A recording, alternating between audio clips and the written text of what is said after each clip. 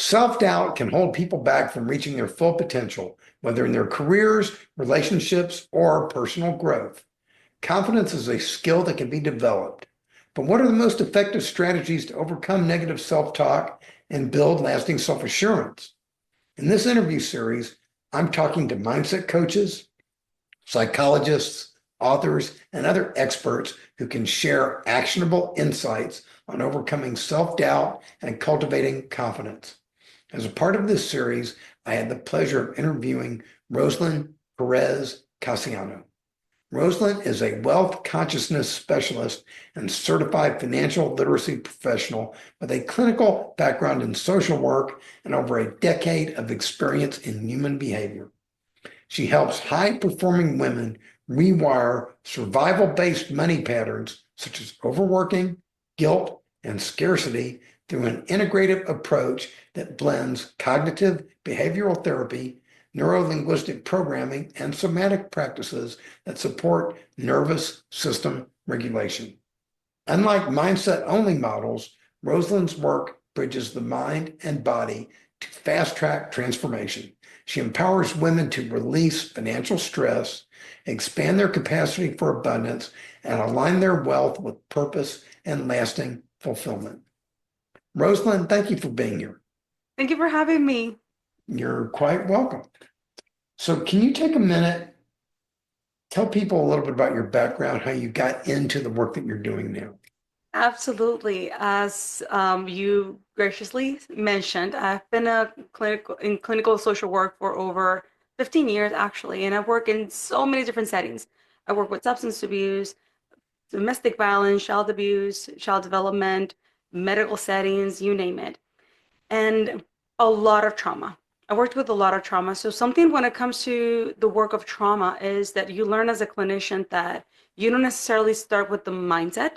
You start with helping that individual self-regulate and self-soothe. Because if the body doesn't feel safe, then it's going to be difficult for them to process belief systems or limited ideas or belief systems that are getting in the way of healing their trauma. And here's the thing. When I decided to begin my journey as an entrepreneur, I started to notice myself similar traits that people with traumatic experience were having, but specifically whenever I had to make decisions around money, investing, and even having the money in the bank account, I would overthink and I would over research. Do I need this microphone? It took me like 2 days for me to buy a microphone because in my mind, I'm like, I don't know anything about microphones, so I want to make sure that I buy the correct microphone. And I just like overdid it. And I researched and researched and researched. And before making the investment, I started to notice things coming up in my body because one of my specialties is self-awareness. And I was like, wait, hold on. What is happening? Why am I having these physical reactions in my body whenever wanting to do certain activities when it came to my business? And that's pretty much where everything started. And that's where it led me to incorporate all of my knowledge into the entrepreneurial clients that may not fit the DSM diagnosis for PTSD or generalized anxiety disorder or eating disorders or relationships and many other things, but we're still struggling when it came to their relationship with money.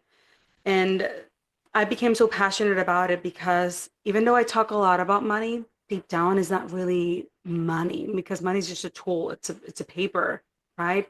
Is the relationship and the concepts that we assign to things, including money, including our self confidence, our doubt, all of those things are just so intertwined. And yeah, that's how pretty much I got into the work that I do and which I love. I love. And I know that it can be transformative for many people to tap into that missing link, which is connecting to the body. What you're talking about, a lot of it depends on what your definition of wealth is. To me, part of my definition of wealth is health, Absolutely. confidence, feeling good about yourself. That's all part of it.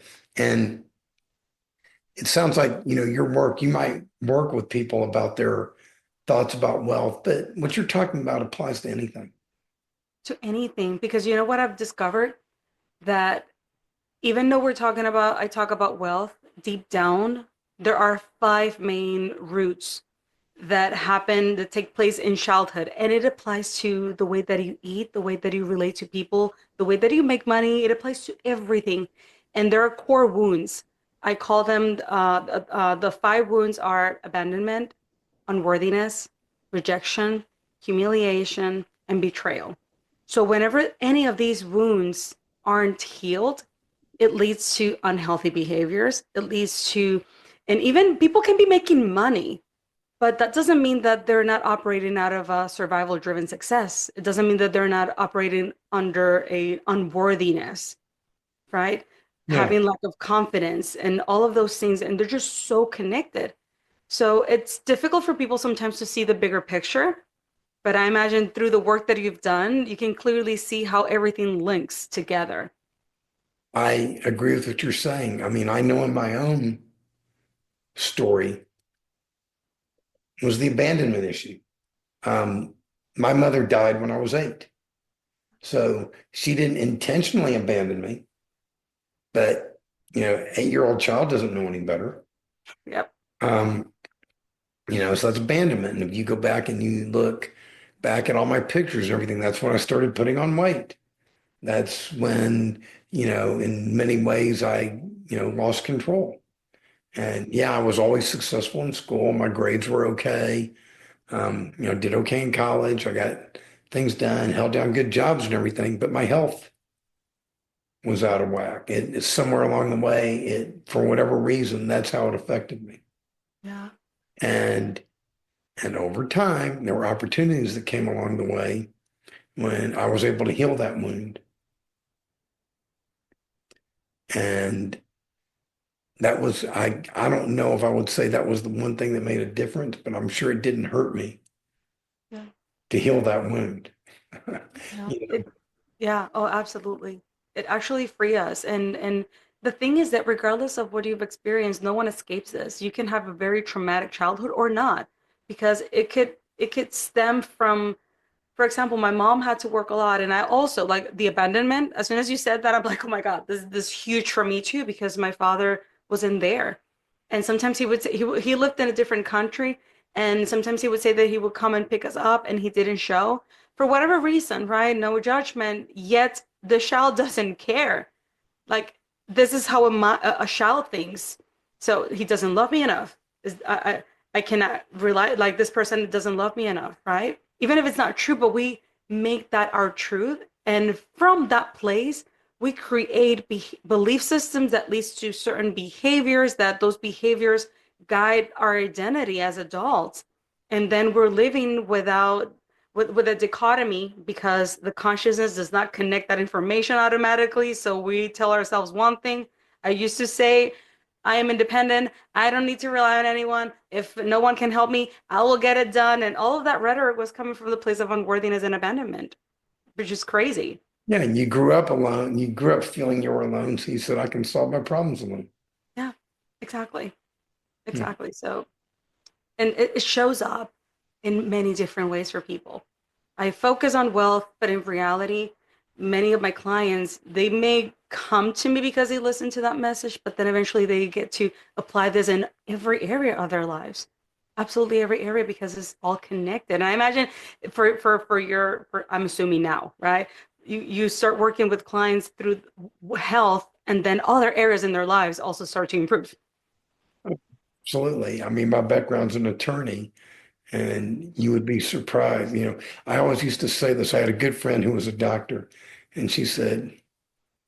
um, she said, your job's not as important as mine because mine's dealing with people's health. And I told her, I said, it's funny you say that because until somebody is sick, their money is the most important thing to them. And yeah, the minute they get sick, you're absolutely right. Their health becomes the most important thing. Um, so it's, but things like you and I talk about, it's about being integrated. Yeah. No one thing needs to be more important. Everything affects every other thing. Oh, absolutely. Yes. And it's pulling it all together. One of the things that I know you talk about in your work is getting people. out of survival mode and getting them into, I guess, for lack of a better word, thriving mode. Can you talk about that a little bit? Oh, absolutely. Yes. So here's how I like to present this to many clients, right? Is that you cannot work with something that you don't know that it's there, right? If right now you have a spider in your back, how would you remove it? You wouldn't even know. So the spider may be a threat to you or not, but it's not until it bites you, but you don't know that it's there, so it's there. So I use that analogy to talk about self-awareness because through self-awareness, you get to really know who you are and yourself. And there are different levels. And we go on in life having more awareness around our relationships and the things that we see on our external, but we don't tend to take the time and reflect and look within. So when I talk about the survival, this is just kind of like leading to the point of me functioning in survival, is that survival is the number one thing for your body to look after, right? If someone comes to you with a gun, you're not going to stop there and analyze, this person has a handgun. They may kill me, but you don't do that. You're just like No. fight or flight, right? That's No. that's the immediate reaction. So what happens is in your early ages, that's how, as a child, you are storing data in your subconscious and your conscious mind. You're evaluating everything through the lens of survival. And through that lens, you build your identity. So many people may not feel that they're operating on survival, but it's because they're operating within what their brain has dictated what is safe and what is not safe. So that's when people start to work towards what they desire, their upper limits come and things that may that's where their nervous system gets activated. For example, for me was recording a podcast because it meant that I was going to be seen. So I was operating on a survival method because I was doing things that were safe to me. I was successful in my career as a therapist. It felt safe because the clients came to me. I didn't have to put myself out there and look for clients pretty much.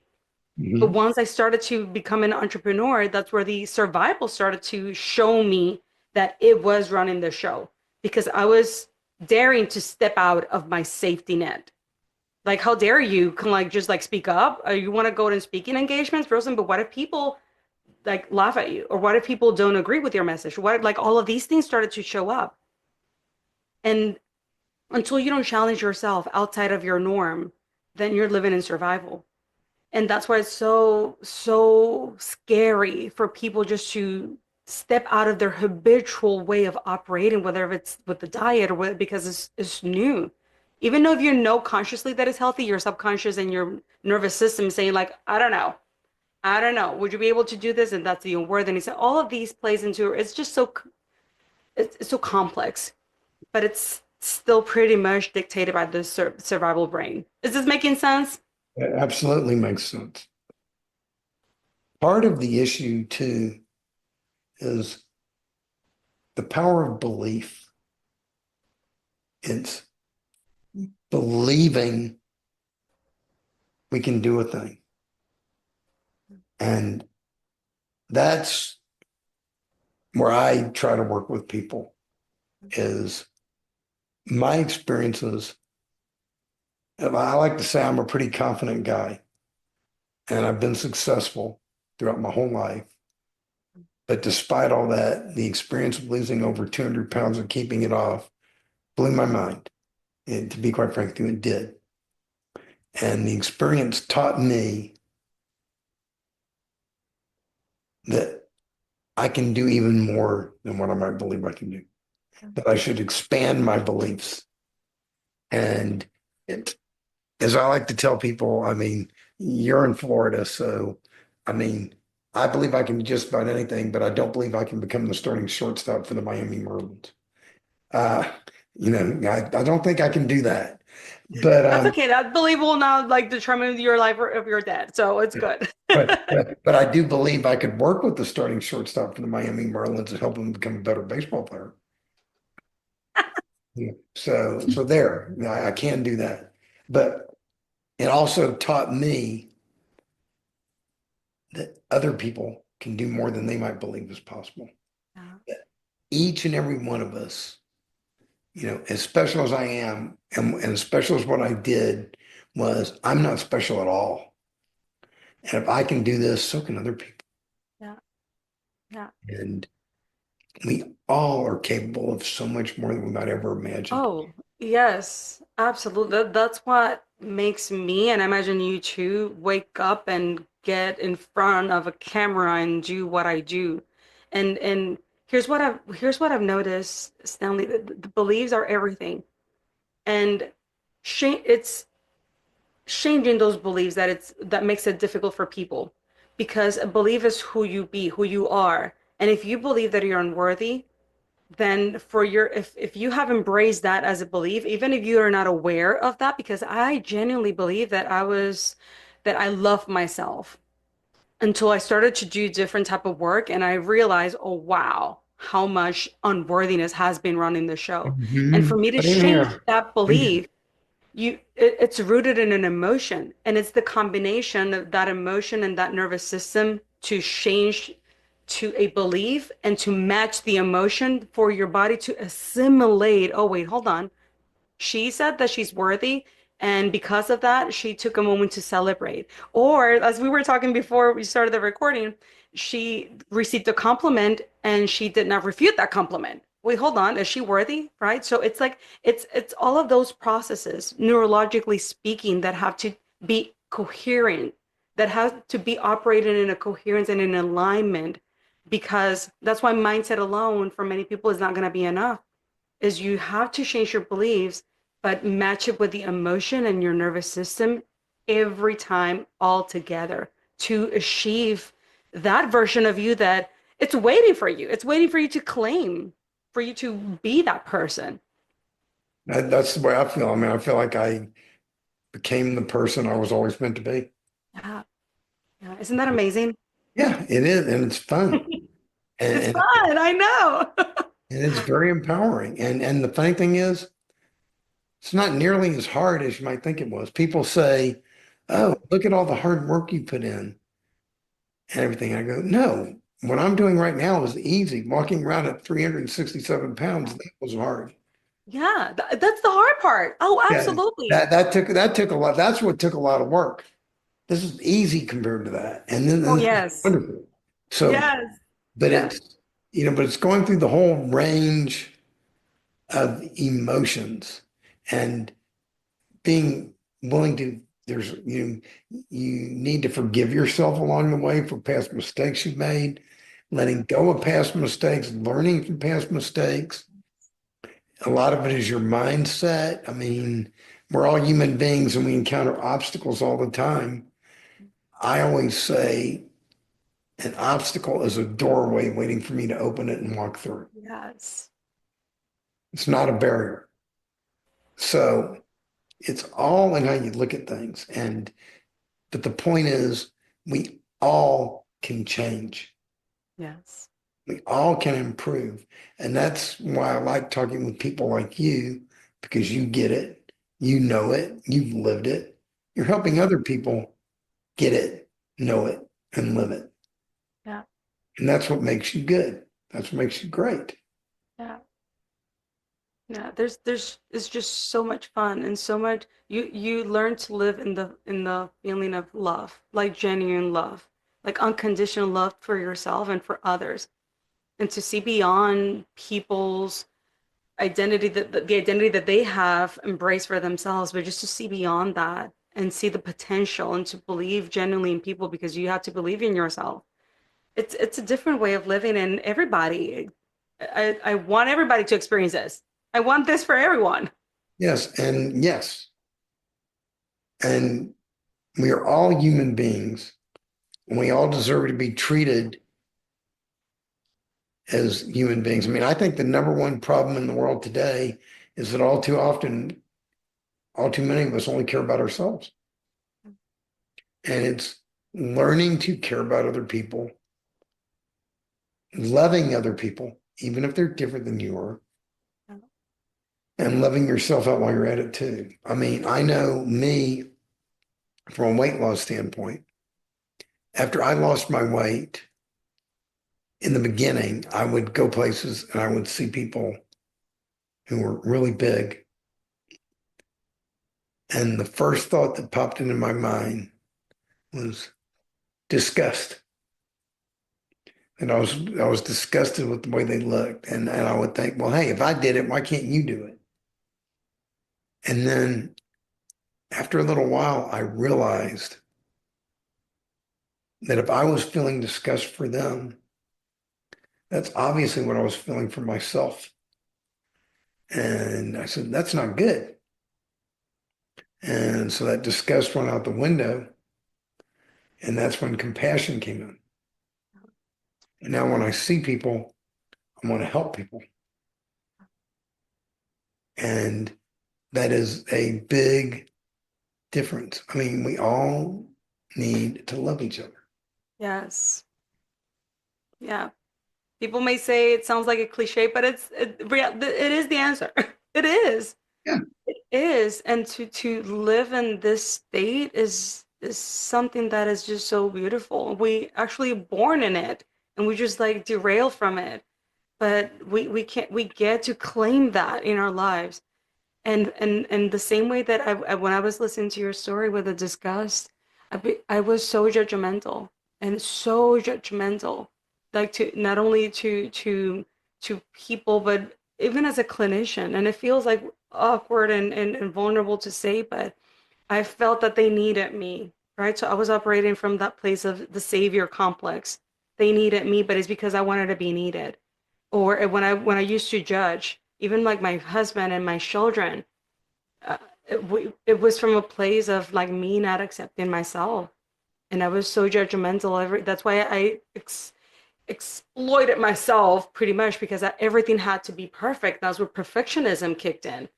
Because if I was so judgmental of others, so I didn't want anyone to judge me, right? It's just anything that you experience and anything that people experience, right? That self-doubt, going back to the topic of the question, that self-doubt is because you don't believe in yourself. And have you heard like people when they say, I just don't trust people and people have to gain my trust? It's no, when you don't trust people, it's because you don't trust yourself.